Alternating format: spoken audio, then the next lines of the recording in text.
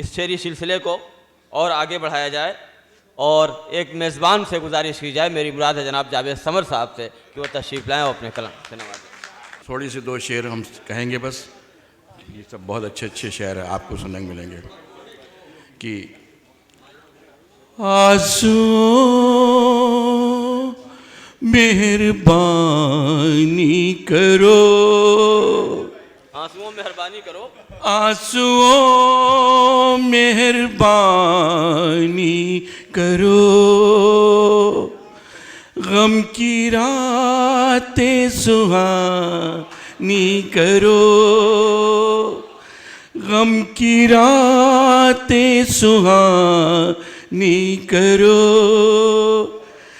जब समझते हो दो दिन की है, जब समझते हो दो दिन की है, राएगा क्यों जवानी करो, राएगा क्यों जवानी करो, राएगा क्यों जवानी करो, मैं गज़ल लिख रहा हूँ इधर, मैं गज़ल लिख रहा, शोएब भाई आपके नाम, मैं गज़ल लिख रहा हूँ इधर, मैं गज़ल लिख रहा हूँ इधर, तुम उधर तर्जुमानी करो, तुम उधर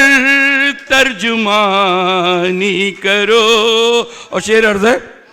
नींद मैं गज़ल लिख रहा हूँ इधर,